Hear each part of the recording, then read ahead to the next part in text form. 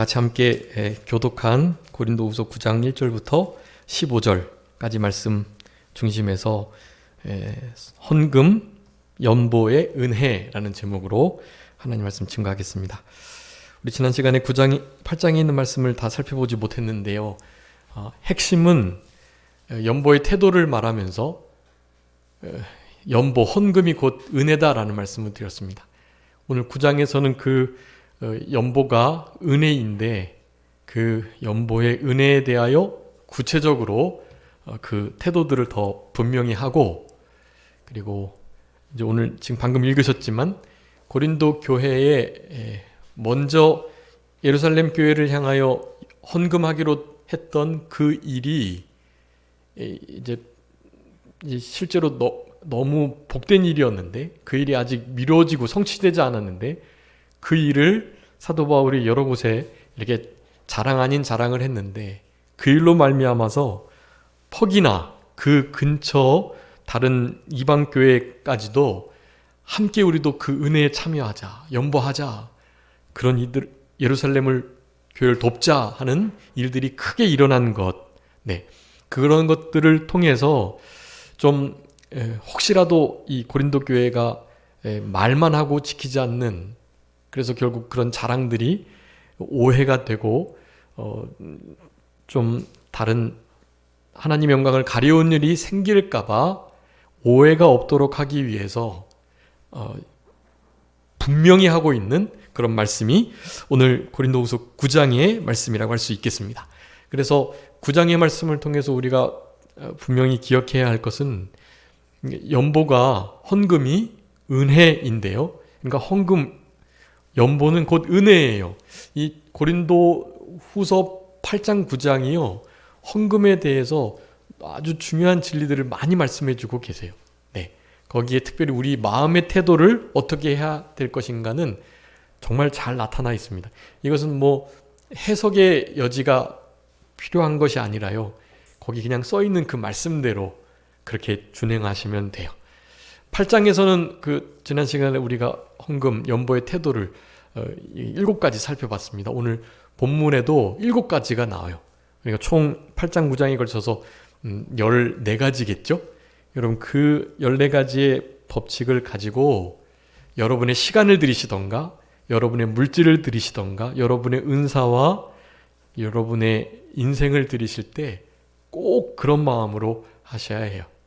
가장 중요한 것은 지난 시간에 헌금을 드리기 전에 먼저 무엇을 드려야 된다? 자기 자신을 주께 드리고, 그 다음에 하나님의 뜻을 따라서 이제 물질적인, 시간적인 헌물, 헌신, 헌금을 하는 것이다 라는 말씀을 드렸습니다. 자원함으로, 이제 오늘 본문에서는 이제 인색함으로나 억지로 하지 않고 풍성한, 후한 그런 헌금을 하라고 말씀해주고 계세요. 고린도 교회가 예루살렘 교회를 향해서 헌금하기로 했다, 1년 전부터 이미 작정해서 그 일을 하고 있다라는 말을 막 자랑했는데, 그 이외의 교회들이 먼저 헌금을 막 하고 그 거액의 헌금을 예루살렘에 전달하는 과정 중에 있었던 거예요. 그래서 사도 바울이 다시 한번 고린도 교회를 향해서 말하는 거예요. 너희들 너무 잘했는데 이제 이 은혜의 일을 성취하자. 너희들의 사랑과 섬김을 이제는 나타내 보이라 라는 말씀. 그래서 우리 9장 마지막을 그렇게 마치는 거예요. 여러 교회 앞에서 너희의 사랑과 너희에 대한 우리의 자랑의 증거를 그들에게 보이라. 그게 헌금 성취, 헌금에 관한 말씀을 성취하라는 거예요. 이 6절에, 고린도후서 8장 6절에 말씀하죠. 디도를 권면해서 그가 이미 너희 가운데 시작하였던 그거 이 은혜를 그대로 성취하게 해라. 이미 이제 1년 전부터 헌금하는 일이 시작됐는데 그 일을 이제 빨리 마무리해라 라는 말씀을 하면서, 여기 우리 9장 14절에 보면 너희를 위하여 간구하고 하나님이 너희에게 주신 지극한 은혜로 말미암아 너희를 사모한다라고 말했는데요, 이 지극한 은혜가 그 앞에 있는 8장 6절에 있는 은혜를 성취하는, 헌금 미리 작정한 것을 1년 전부터 준비했던 그것을 잘 마무리하고 완성해서 그것을 우리 예루살렘 교회에 잘 보내는 바로 그 일을 하는 것으로 말미암아서 모든 교회가 우리 고린도 교회, 그리고 고린도 교회를 지도한 사도 바울 일행, 이런 이들을 사모하고 기다리고 바라고 만나보고 싶고 그리워하고 그런 상태에 있다는 것을 그렇게 말씀해 주고 계시는 것입니다. 그래서 연보의 은혜는 연보는 곧 은혜라는 거예요.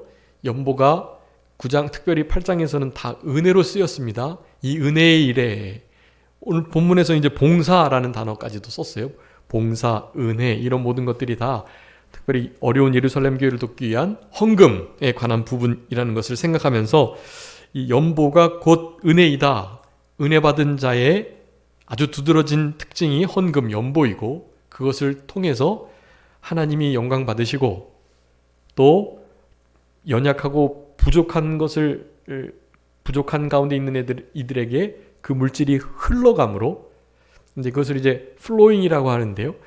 우리가 쓰고 남은 것들이 하나님의 뜻대로 어디에 쓰여져 있나를 살피면서 그런 이들을 향해서 우리를 통해서 그 물질이 흘러가도록, 그래서 그들의 부족함이 채워지고 그들이 채워짐으로 우리는 그들에게 흘려보내는 것을 하나님께 감사하며 기뻐하고 그들은 그런 것을 또 받음으로 하나님께 감사하며 기뻐하고 서로가 서로에게 균형이 맞춰지고 균등케 되는 역사. 많이 걷어도 남지 않고 적게 걷어도 모자르지 않는 만나를 걷어드리는데요. 많이 걷었다 해도 사실 약간 적게 거둔 이들에게 서로 만나를 나누는, 그래서 결국은 어쨌든 그 날을 지내면 안 되겠기에 그 날을 지내면 어떻게 되죠? 만나가 다 썩어지고 벌레가 나서 아주 큰 곤욕을 치르는 거예요. 그러니까 적게 거둔 사람은 만나를 좀 많이 거둔 사람에게 함께 그것을 나누는 기쁨이, 그것을 얻어서 감사하는 마음이, 그리고 조금 많이 걷어가지고 어떻게 처리할 수 없지만 그것을 나눔으로 인하여서 그 나눔의 기쁨을, 그래서 서로 균등되어서 적지도 모자르지도 않는 그런 일들이 이스라엘 백성들, 특별히 광야 40년 동안에 늘 있었던 거예요. 여러분, 우리 현재 전 세계가 여러 가지 불균형이 많거든요. 그 중에 이제 빈부의 격차가 심하고 빈부의 격차를 가진 몇몇 이들이, 여러분 혹시 다보스 포럼에 대해서 어떤 생각을 가지고 계시는지 모르는데 그 다보스 포럼이요, 지금 성경에서 나오는 그러니까 666의 표를 주장하는 마지막 때의 적그리스도, 그러니까 거의 하나님급이 되는 그런 자가 나타날 만한 그러한 포럼이라고 할 수가 있겠어요. 여러분, 거기에 지금 회장단들, 임원단들, 이런 이들이요, 지금 코로나 팬데믹의 모든 일들이나 그리고 전 세계를 백신을 통해서 그렇게 좌지우지하려는 이런 것이 음모론이 아니라 실제로 뭐 테드나 유튜브나 또 럼블이나 이런데 그냥 다 올려져 있어요. 그들이 15년, 20년 전부터 해왔던 말들요. 여러분, 그런 말들이 진짜 이루어져 가고 있고, 이제 우리 19년부터 20년, 21년, 이제 21년 이제 우리 4월쯤에 이제 다 풀리게 됐는데, 비로소 4월 달에 이제 병원도 마스크 안 쓰고 가죠. 근데 아직도 병원에서는 또 쓰라고 하기도 한다 하더라고요. 근데 법적으로는 4월까지 다 풀렸고 3월 중순에 이제 대중교통에도 다 이제 풀렸고요. 그 마스크로 바이러스를 결코 막을 수 없음에도 불구하고 그것을 쓰라고 말하고 통제하는 모든 일들, 이런 것이 결코 좋은 방향으로의 모습들이 아니에요. 그게 우리의 자유를 제한하고 그 자유의 제한은 결국 신앙의 제한으로 옮겨가게끔 되어 있어요. 그 일을 위해서 지금 포석을 놓고 그 일을 점차 진행해 가고 있는 거거든요. 여러분, 그것을 양보하시면 안 돼요. 이제 나중에 666표를 어떻게 받게 되는지는 명확하게 알 수 없지만 상당히 백신을 맞는 것과 비슷하지 않을까 하는 생각이 들어요. 살갗에다가 이렇게 인식표를 단다든가 칩을 넣는다든가 이런 것이 상당히 비슷하다고 하겠습니다. 거기에 이제 신앙의 문제가 결부되면 그것들이 여러분 실제로 666표와 다름이 없는 거예요. 여러분 어디 뭐 사거나 하실 때 결제를 하기 위해서는 반드시 동의를 해야 되잖아요. 동의를 체크하지 않으면 결제가 진행이 안 돼요. 그 동의를 한다는 것 자체는, 그러니까 동의하는 내용이 뭐냐를 다 살펴봐야 돼요. 그런데 살펴보든 안 보든 어쨌든 결제가 진행돼서 어떤 매매가 이루어지려면 그 동의를 반드시 해야 되거든요. 안 그러면 결제가 안 되는 거예요. 여러분, 그 동의하는 그 안에 우리의 실제 거주 이동의 자유를 제한한다거나 심지어 신앙의 자유까지도 여차하면 무슨 일이 있을 때는 그것을 제한할 수 있다라는 것의 표시, 그냥 체크 하나만 하면 매매가 되고 그것을 체크하지 않으면 매매가 안 되는 일이 있게 되는 거예요. 여러분, 그러니까 그걸 아주 조심하셔야 돼요. 체크를 하나 잘못하면 우리의 모든 정보가 누구나 마음대로 쓸 수 있는 것으로 공유되기도 하고요. 그것을 특정 집단이, 어떤 권력과 권세를 가진 집단이 그것을 마음껏 다룰 수 있단 말이죠. 그러니까 그런 동의하는 것을 정말 아주 주의하셔야 하고, 그 동의의 내용 중에 만에 하나라도 신앙의 것에 관한 것을 무슨 단서 조항이 있지만 그 조항에 의한다면 우리가 교회 갈 때 교회 못 가게 할 수 있고, 혹은 어떤 집회에 참여 못하게 할 수 있고, 이런 우리의 신앙의 자유를 침해할 만한 가능성이 있는 그런 항목에 체크를 하게 한다면 여러분 그거 안 하셔야 해요. 제가 이번에 우리 이원수 목사님하고 산기도 갔을 그때 그런 감동을 좀 많이 받았어요. 666의 표가, 이게 지금 백신이 상당히 비슷한 모의고사와 같은 것이긴 한데, 만약에 우리가 너 이거 맞지 않으면 교회 못 가, 이런 식으로 이제 말하면서 신앙과 결부해가지고 만약에 예수님을 한 번이라도 부인한다면 이것을 맞게 해줄게, 아니면 예수님 부인하지 않으면 이거 맞을 수 없어, 이런 식으로 말한다면 우리 안 맞겠잖아요. 예수님을 부인하면서까지 나 살자고 백신 맞지는 않을 거니까요. 우리의 목에 그렇게 칼을 들이댈 때 우리는 저렴하게 그거 이겨낼 수 있다고요. 그 정도는. 근데 문제는 그게 아니라 교묘하게 속인다는 거예요. 교묘하게. 너 교회 가면 죽여? 라고 한다면 죽음을 무릅쓰고 갈 만한 사람이 어떤 조건에 의해서 자연스럽게 그냥 교회에 가는 것을 스스로 포기하는 일이 있다는 거예요. 강력하게 제재를 가하면 더 일어나가지고 신앙으로 그것을 거부할 사람들이 아니야, 이것은 그런 게 아니야 라고 하면서 이를테면 비대면 예배도 다 예배야 하면서 말이죠. 교회 오지 못했던, 교회 문을 닫게 했던 이 19년부터 22년 초까지 그 모든 일들이 말이죠.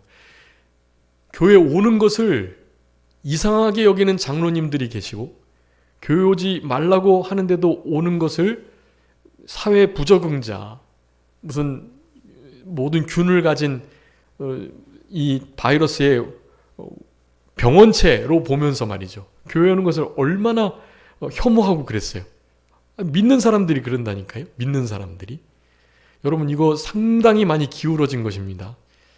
어떠한 일이 있어도 그래도 교회 주위의 사람들을 생각해서, 교회 성도들을 생각해서 모이지 않아야지. 여러분, 그런 말이 어디 있어요. 그런 말이. 그것이 진짜 마치 예비고사와 같은 건데요.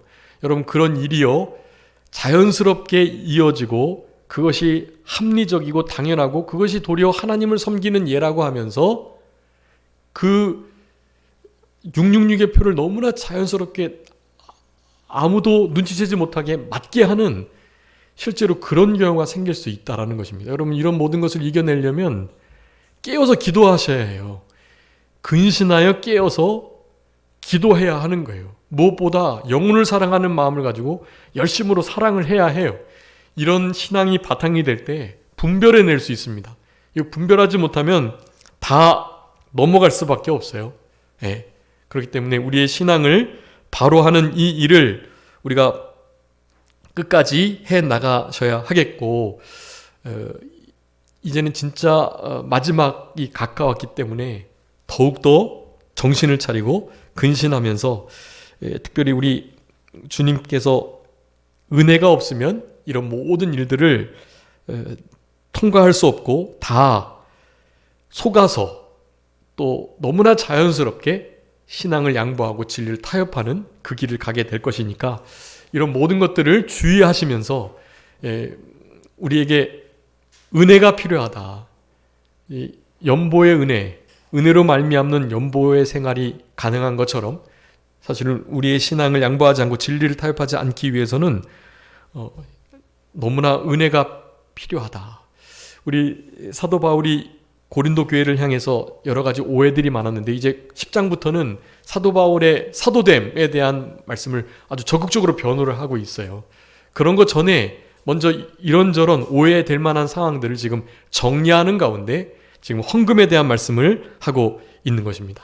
헌금은 곧 연보이고, 또 연보를 드릴 때 우리가 어떠한 마음가짐을 가지고 그렇게 생활해야 하느냐, 우리 자신을 먼저 주께 드리는 일, 하나님의 뜻을 찾는 일이 아주 중요하다. 8장에서 가장 핵심적으로 강조 드릴 수 있는 말씀이 그와 같은 말씀이라고 할 수가 있겠고요. 그래서 이제 오늘 연보의 은혜를 1절부터 7절까지는 합당한 연보가 무엇인지 말씀하고 계시고, 8절부터 10절까지 연보하는 자에게 하나님께서 은혜를 주세요. 은혜가 넘치게 하시는, 그리고 의가 영원토록 남는 그런 은혜를 주신다. 그리고 결국 이와 같은 태도와 또 이런 은혜의 힘을 덧입어서 하는 인색함으로 하지 아니한 후한 연보가 어떤 결과를 나타내는가를 11절부터 15절까지 말씀합니다. 모든 사람이 하나님께 감사하게 되고요, 성도의 부족한 것을 보충하게 됩니다.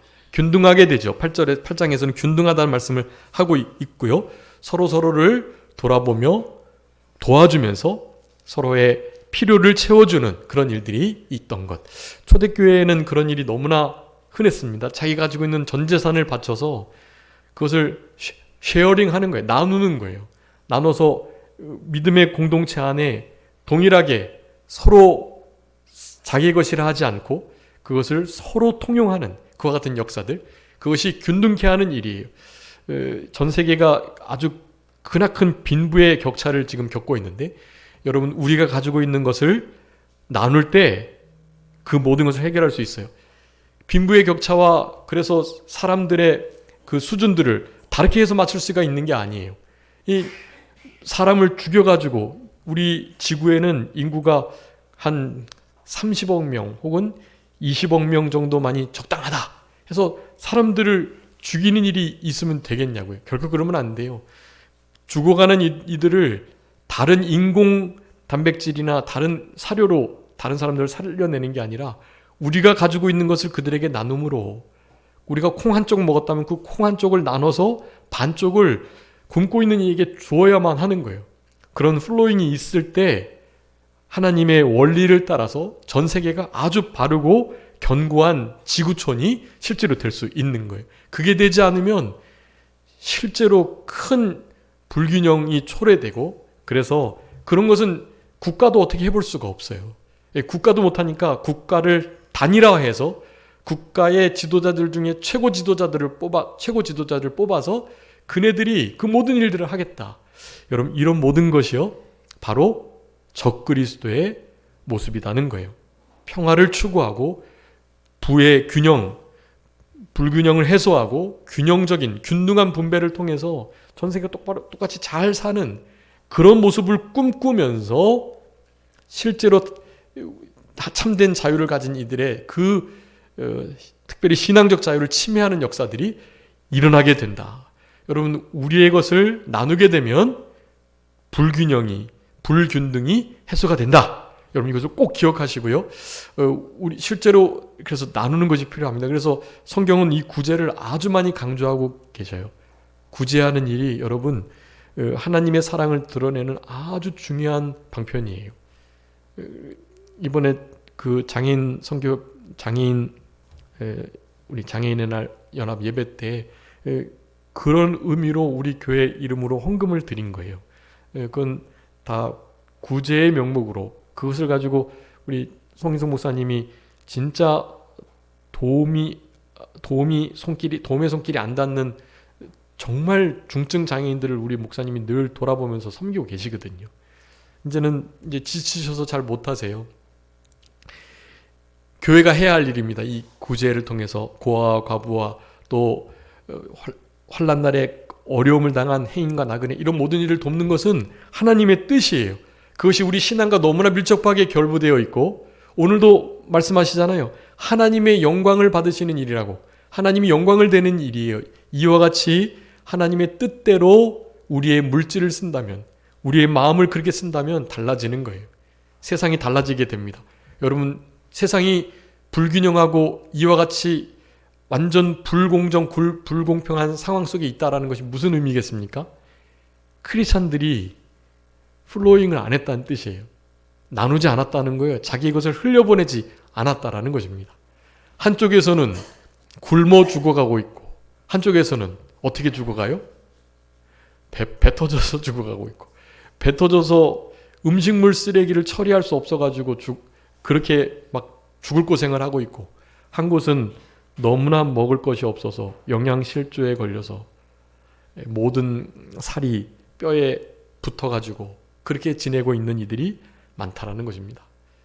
그런 이들을 어차피 죽을 거니까 인체 실험이나 해가지고 죽이자 할 일이 아니고요. 여러분, 우리들이 그런 이들에게 손을 펴서 우리의 것을 흘려보내므로 저들이 실제로 생명 사는 역사를 경험하게 되는 것입니다. 여러분, 우리 룻과 사무엘, 가나와 또 아프리카에 지금 우리가 계속 우리 성도님께서 헌금해 주신 구제헌금으로 이렇게 보내고 있는데요. 여러분, 그 룻과 사무엘이 지금 우리 산정교회에 얼마 안 되지만 그 구제헌금을 통해서요. 주님의 사랑을 깨닫고 사람답게 살아가고 있는 거예요. 그냥 내버려뒀으면 여느 가나 혹은 아프리카 그냥 빈민촌에 있는 이들과 다르지 않게 그냥 그렇게 복음도 알지 못하고 죽어갔을 거예요. 여러분들이 손을 펴셔가지고 그들에게 물질을 흘림으로 세상 일부의 한 귀퉁이에서 균형이 잡혀져 가고 있다라는 사실입니다. 그러니까 여러분의 하는 이런 자그마한 물질을 흘리는, 마음을 흘리는, 그리고 우리가 헌신하는 이런 일들이요, 결코 작은 일이 아니다. 우리 교회를 통해서 선교 구제하시는 일 잘하고 계시지만 또 개인적으로 더 많이 하시는 줄 알아요. 개인적으로도 할 수만 있는 대로 많이 하시는 거 괜찮아요. 괜찮고, 여러분 이런 소식을 들으셨는지 모르지만 이제 나중에 전자화폐로 될 거거든요.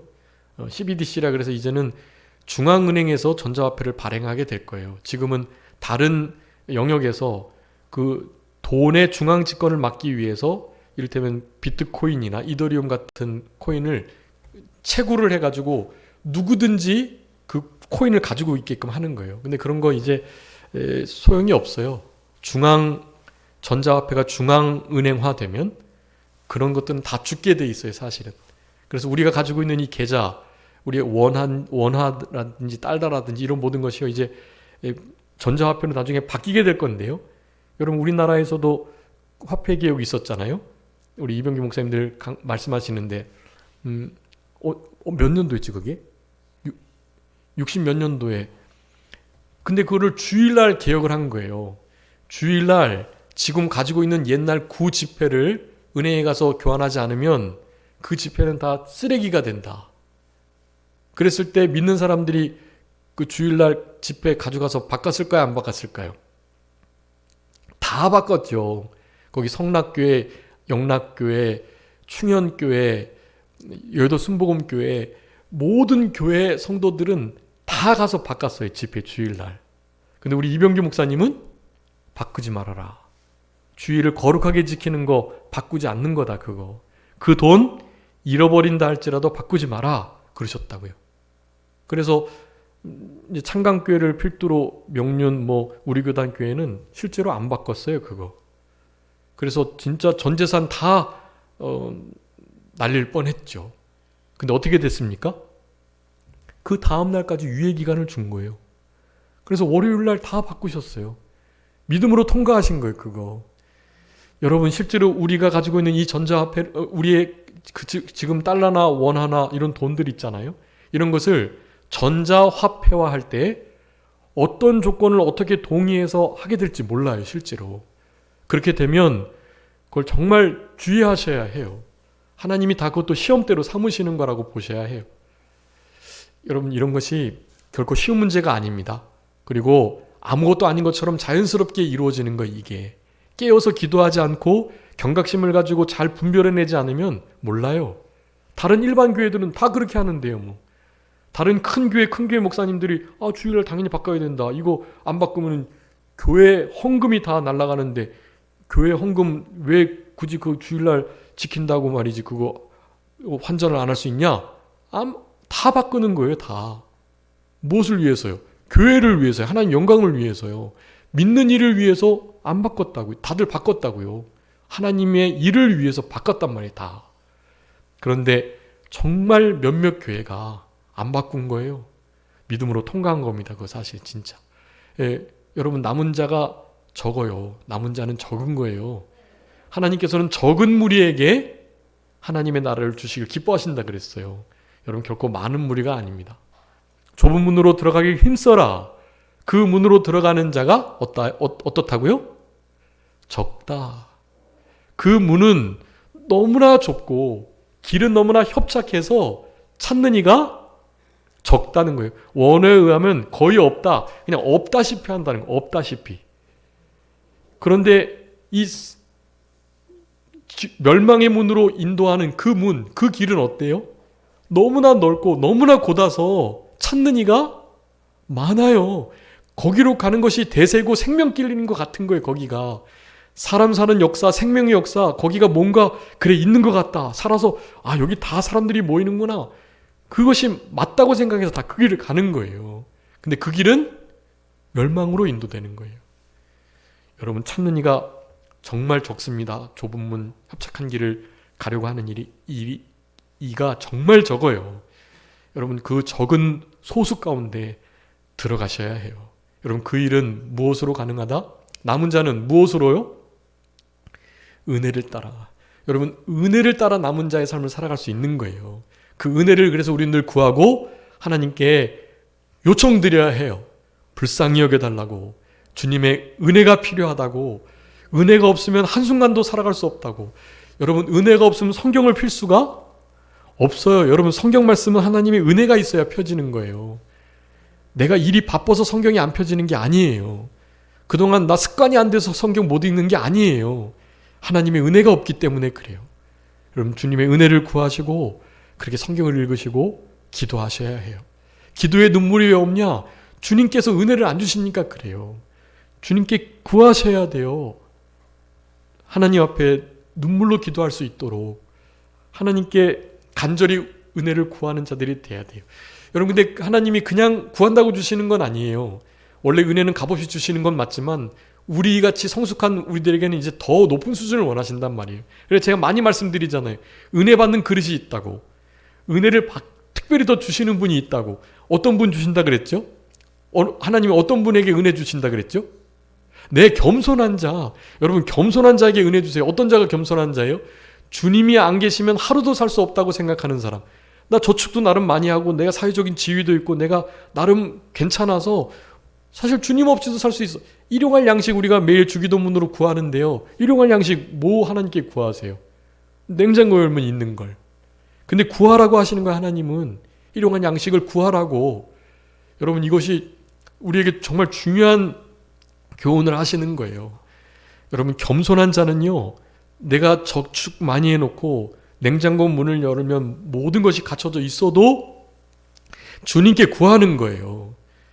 내가 주님 없으면 한순간도 살 수 없다고 겸손하게 주님을 찾는 거예요.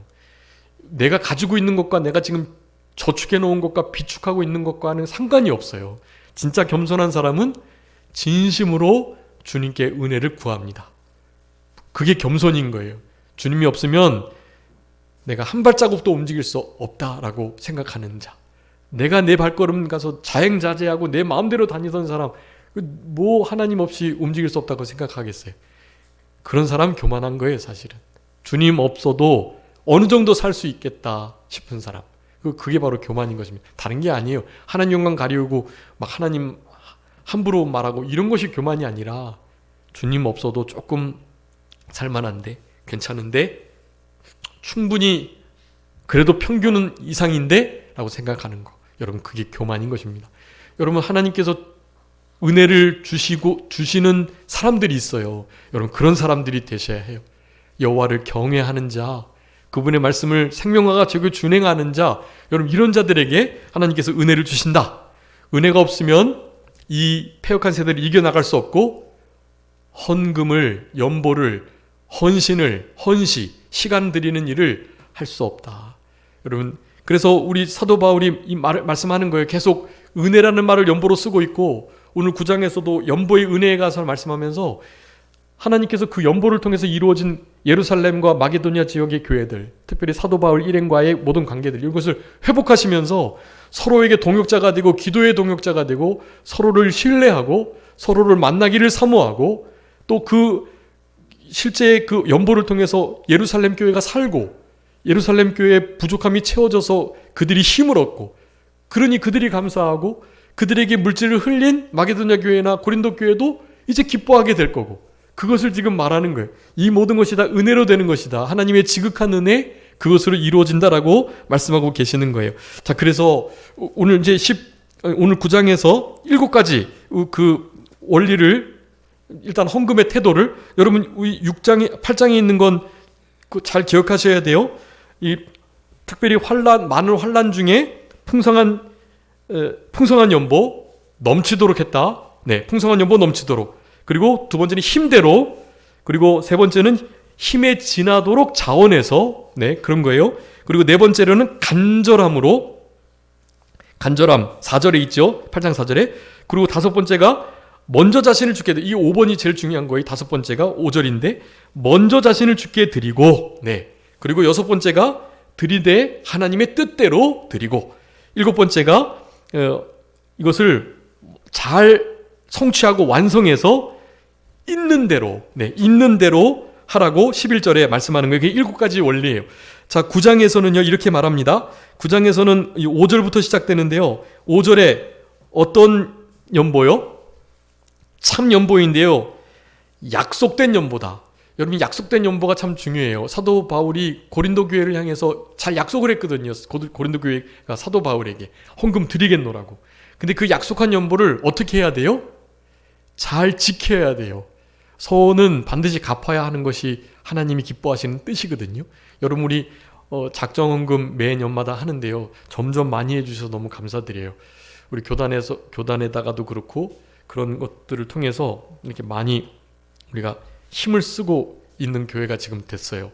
얼마나 감사한지 모르고, 개인적으로 우리 교회 안에서 이렇게 구제하고 선교하는 일들 힘써서 하고 있고, 우리는 교단에도 선교헌금을 잘 보내고 있고, 또 우리 성도님들의 헌금, 이렇게 선교 헌금은 또 우리 주보에 있는 그 몇 교회죠? 6교회죠. 우리 지다롱 목사님까지 하면 이 여섯 교회와 또 이들에게 아주 너무나 요긴하게 지금 잘 헌금이 이게 지원이 되고 있어요. 얼마나 이들이 감사하고 있는지 몰라요. 사실은 진짜로. 너무 귀한 일 하시는 거고요. 하나님께 꾸이시는 거예요. 하나님이 여러분들에게 다 갚아주실 거예요. 얼마나 갚아주실까요? 30배, 60배, 100배로 갚아주세요. 그리고 그것은 그냥 이 땅에서 뭐 이를테면 10,000원 헌금했는데 100만 원으로 갚아주신다 정도의 문제가 아니에요. 여러분, 하나님께서 갚아주시는 100배의 축복은 어떤 축복이에요? 영원한 축복이에요. 하늘에 하나님께 부여한 자가 되는, 영원히 없어지지 않는 상급으로 남게 되는 거예요. 여러분, 그것이 썩어질 것이 생명에 삼킨 바 되는 거예요. 우리 흘러가는 이 크로노스의 시간이, 카이로스, 하나님의 시간과 맞닿아서 하나님을 위하여, 하나님 때문에, 하나님을 인하여 그렇게 살아가게 되는 시간으로 바뀌면, 여러분, 그것은 영원히 남는 거예요.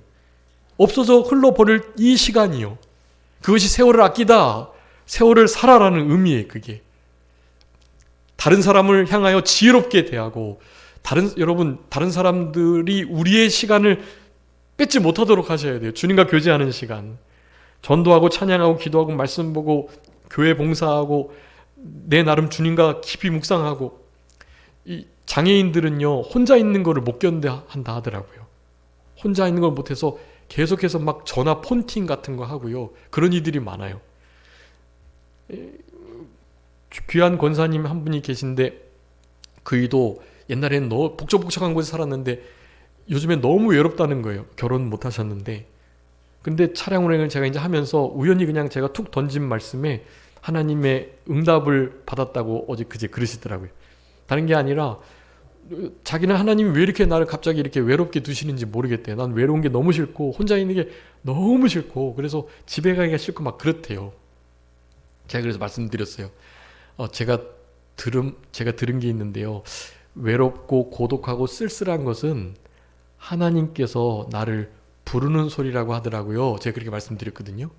그랬더니 무릎을 치시면서 이제 그렇게 지낸 지가 좀 됐는데 그래서 우울증도 있고 그래서 자살을 3번이나 하려고 하셨대요. 근데 하나님이 다 막아주셨대. 마침 괜히 경찰이 오고 막 괜히 뭐 옆집 사람이 막 오고 막 그래가지고 하여간 그 고비를 넘겼대요. 근데 이제는 이제 목사님 말씀도 듣고 보니까 하나님께서 나와만 교제하자고 나를 부르는 소리가 고독함, 외로움이라고 하셨으니 정말 그 말이 맞는 것 같고 내가 주님 앞에 조금 더 깊이 머물겠노라고 말씀하시더라고요. 물론 그래도 간혹 찾아오는 우울함은 어떻게 할 수는 없어요. 그것을 잘 주님의 사랑으로 이겨나가야 되는 거예요. 그것을 함께 가면서 이겨내는 거예요. 잘 약도 드시고 또 찬양하면서 기도 드리시면서 이겨내는 거죠. 천성적으로 그것이 되게 힘든 분이 원래 있긴 있는데요. 그분이 좀 그런 스타일이신 것 같아요. 그래도 하나님께서 보호하시는 사람이 보호하시고 하나님 천사를 보내서 그렇게 살려내시는 거예요. 어쨌든 고독함, 외로움은 하나님이 나를 부르는 소리이시다. 주님 앞에 그렇게 잘 견뎌내시면서 그렇게 약속한 약속한 헌금을 제대로 해야 된다. 어기지 않고 우리 작정 헌금하는 거 하나님이 정말 기뻐하시는 약속된 헌금이다. 두 번째는요, 미리 준비하는 헌금, 그것이 하나님이 기뻐하시는 참헌금이에요. 참헌금, 헌금의 아주 중요한 태도.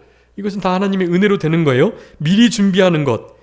사도 바울이 고린도 교회를 향해서 미리미리 잘 준비해서 뭐 당장 가가지고 그 자리에서 막 걷도록 하지 않도록 미리미리 잘 준비했다가 이제 돌아서 다른 교회들이 그랬던 것처럼 그것을 걷어가지고 거액의 헌금이니까 그것을 예루살렘에 잘 전달하라는 말씀을 하고 계시는 것입니다.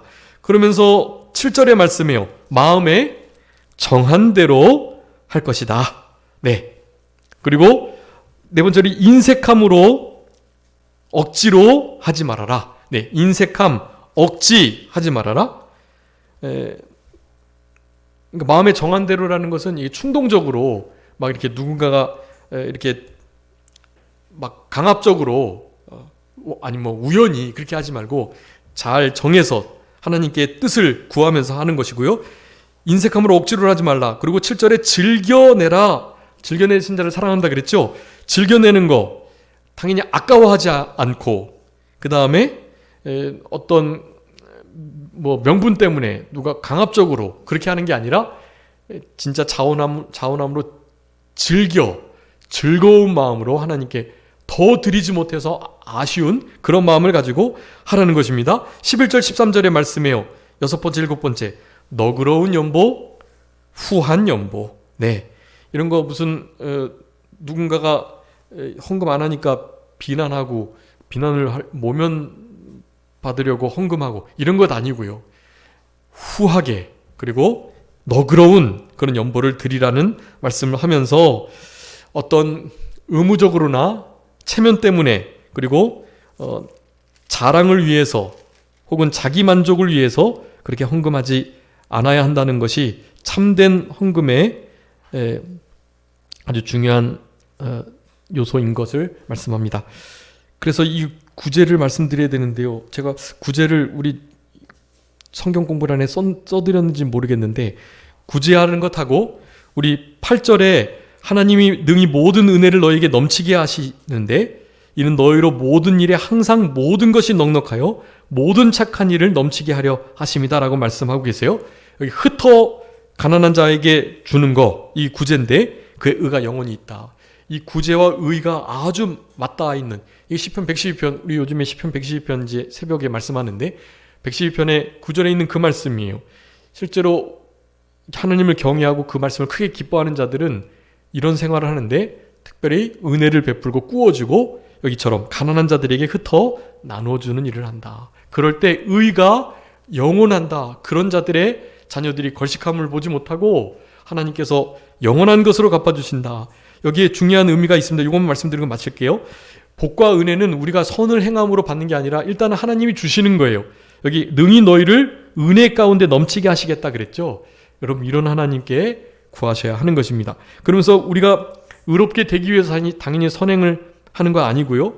당연히 의롭게 되어 새롭게 된 피조물이니까 결과론적으로 우리가 선한 일들을 행해 나가는 것입니다. 여기 모든 것이 넉넉하다고 하는 건데 넉넉은 자족이라는 뜻인데 이것마저도 하나님의 선물이에요. 이는 모든 일에 너희로 넉넉하게 하여 하나님이 그리 하신다는 거예요. 은혜 베풀어 주시는 거, 넉넉하게 하시는 거 다 하나님께서 하시는 것이다. 그런데 은혜 받는 자가 있고 자족하는 자들이 있어요. 특별히 그런 우리들이 될 수 있도록 힘을 써야 하는 거죠. 자, 그래서 은혜는 결국 착한 일을 넘치게 하려고 우리에게 주시는 것이다. 그 착한 일은 믿는 일인데 그 믿는 일을 하기 위해서는 뭐가 따르겠죠? 고난이 따라요. 경건히 살고자 하는 자에게는 핍박이 있겠다 그랬거든요. 이 선한 일을 행하기 위해서는 고난이 따르고 그러니까 뭐가 필요하다? 은혜가 필요하다. 그 은혜를 누리는 아주 중요한 방편 중에 하나는 하나님께 자신을 드리면서 헌금을 드리는 거다. 다른 이들에게 구제의 손을 펴는 것이다. 그것이 우리에게 다 은혜와 감사로 돌아오고요.